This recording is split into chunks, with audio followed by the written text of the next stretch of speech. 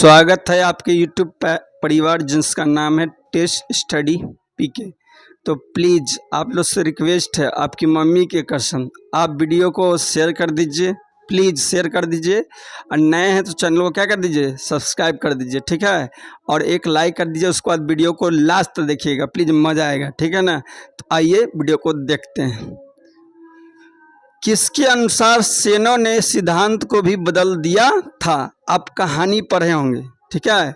आप कहानी पढ़ेंगे, सब बहुत अच्छा है ये कहानी, आपको अपना हिंदी बुक में बहुत अच्छा है कहानी को पढ़िए। खोखा वाला कहानी पढ़े हैं तो ये बड़ा, किसके अनुसार सेनों ने सिद्धांत को भी बदल दिया था? बेटियों के अनुसार, खोखा के अनुसार, मदन के अनुसार या गिरधर के अनुसार? तो भैया किसके? खोखा के अनुसार, ठीक है।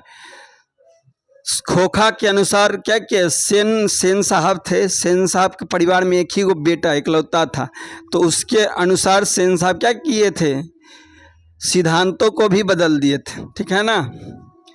दारिस नामक सोने के सिक्के से भरा घड़ा किसे मिला था? बोला दारिस नामक, ठीक है। कौन सा? दारिस नामक सोने का भरा सिक्का, एक घड़ा था, उसमें सोना पूरा भरा हुआ था, तो वो किसको मिला था? ठीक है। हेंकल को, हर्षक को, वॉरेन हेस्टिंग को या विलियम जोन्स को? ठीक है। किसको मिला था? दारिस नामक सोने के सिक्के से भरा घड़ा किसको मिला था? वॉरेन हेस्टिंग को। किसको मिला था बाबू मेरे? वॉरेन हेस्टिंग को सोना से भरा घड़ा मिला था, ठीक है ना। चलिए आगे बढ़ें। ढहते विश्वास किस भाषा के अनुदित है? यानी बोला जो ढहते विश्वास है किस भाषा में लिखा हुआ? कहानी है जिसका नाम है ढहते विश्वास। क्या नाम है? ढहते विश्वास। वो कौन सा भाषा में है? कन्नड़, तमिल, उड़िया या गुजराती? तो ढहते विश्वास कौन सा भाषा में बउआ? उड़िया में। ढहते विश्वास कौन सा भाषा में बाबू मेरे? उड़िया भाषा में, ठीक है ना बाबू मेरे। तो प्लीज़ अभी भी नहीं सब्सक्राइब किया तो चैनल को सब्सक्राइब कर दीजिए, शेयर नहीं किया तो शेयर कर दीजिए प्लीज़।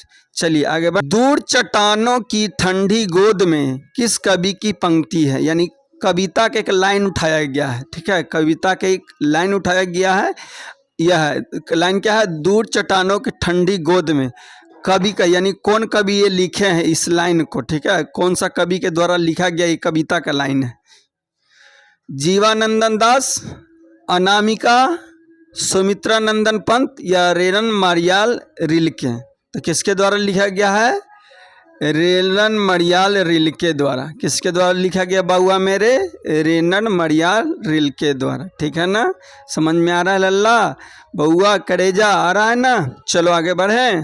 चलो आओ लल्ला मेरे प्यारे दोस्त, तो देखो जीवानंदन दास की किस कविता को प्रबुद्ध आलोचकों द्वारा रविद्रोत्तर युग की श्रेष्ठतम प्रेम कविता की संज्ञा दी गई थी? यानी बोरा प्रेम, अच्छा प्रेम संज्ञा, यानी जो कविता लिखे सबसे अच्छा था उसको उपाधि मिला, अच्छा इनाम मिला। वो पूछ रहा है कौन सा है, कौन सा कविता है?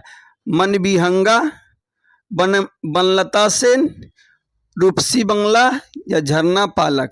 ठीक है। तो कौन होगा? चलिए बताइए। तो कौन होगा? बनलता सेन। क्या होगा बाबू मेरे, सोना मेरे? बनलता सेन, ठीक है ना। चलिए आगे बढ़े। आध्यात्मिक शिक्षा से गांधी जी का क्या अभिप्राय था? गांधी जी कहते थे कि आध्यात्मिक शिक्षा होना चाहिए। कैसा शिक्षा होना चाहिए? आध्यात्मिक शिक्षा। तो इसका कहने का मतलब गांधी जी का क्या था, मतलब तर्क क्या था, ये कहना क्या चाह रहे थे? पुस्तक की शिक्षा, यंत्रों की शिक्षा, बुद्धि की शिक्षा, हृदय की शिक्षा? तो बताइए गांधी जी का क्या मतलब था आध्यात्मिक शिक्षा का, मतलब वो कहना क्या चाह रहे थे? तो किसकी शिक्षा? हृदय की शिक्षा बोल रहे थे। गांधी जी का कहना था कैसा शिक्षा होना चाहिए? हृदय की शिक्षा होना चाहिए, ठीक है। आध्यात्मिक शिक्षा मतलब हृदय की शिक्षा, ठीक है ना। चल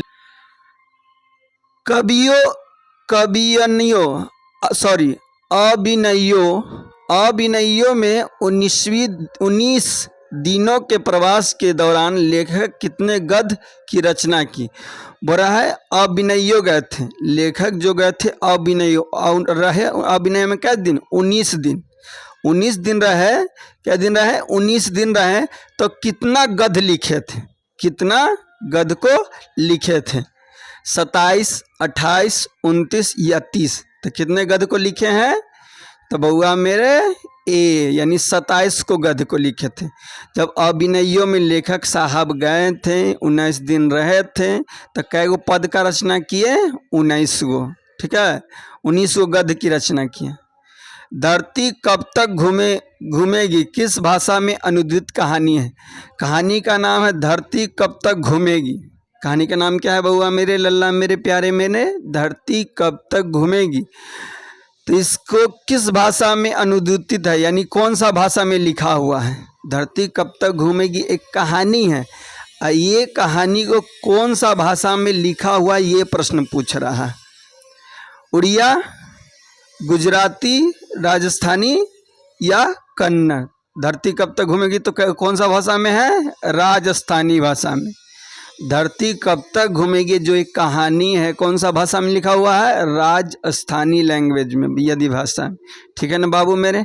प्लीज़ अभी भी नहीं शेयर किया तो प्लीज़ शेयर करते चलिए, प्लीज़ शेयर कर दीजिए। शेयर करने में इसको कुछ नहीं जाता है। और दोस्तों से प्लीज़ जो पढ़ने वाले हैं सभी को शेयर कर दीजिए। ठीक है ना, आपका कसम प्लीज़ कर दीजिए। आइए, पापापति को कौन सा रोग था? ये भी आपका कहानी का ही है। ठीक है, आप अपना हिंदी का बुक अच्छे से पढ़े हैं तो बहुत अच्छी बात है, नहीं तो कमेंट करके बताइए, हम आपको तुरंत 3 महीना बचा, 3 महीना में आपको हिंदी का एक चैप्टर अच्छा से समझा के बता देंगे। ठीक है, ऑफलाइन में पढ़ाते बच्चा लोग को बहुत मज़ा आता है। आपको बोलिएगा तो आपको ही पढ़ा देंगे, कमेंट करके बताइएगा। ठीक है, कि पढ़ना है कि नहीं। ठीक है, चलिए, पापापति को कौन सा रोग यानी पापापति को कौन सा बीमारी हुआ था? टेटनस, हेजा, कैंसर या मेनिंजाइटिस?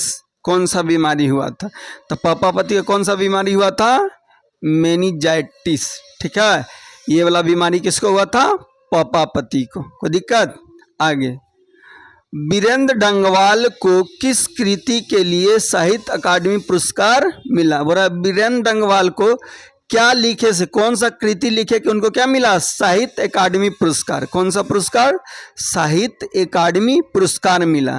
तो इस दुनिया में दुष्चक्र में सृष्टा पहल पुस्तिका कवि ने कहा, तो क्या लिखे थे? दुष्चक्र में सृष्टा। इसके लिए इनको क्या मिला?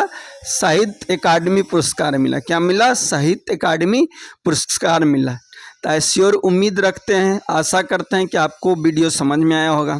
तो समझ में आया तो प्लीज़ फिर से रिक्वेस्ट आपको कर रहे हैं, वीडियो को शेयर कर दीजिए। व्हाट्सएप पर जितने दोस्त उनको शेयर कर दीजिए, फेसबुक पर शेयर कर दीजिए। ठीक है, आप वीडियो को पूरा देखने का कोशिश करिएगा। ठीक है ना, आज के लिए इतना ही रहने देते हैं। जय हिंद, जय भारत।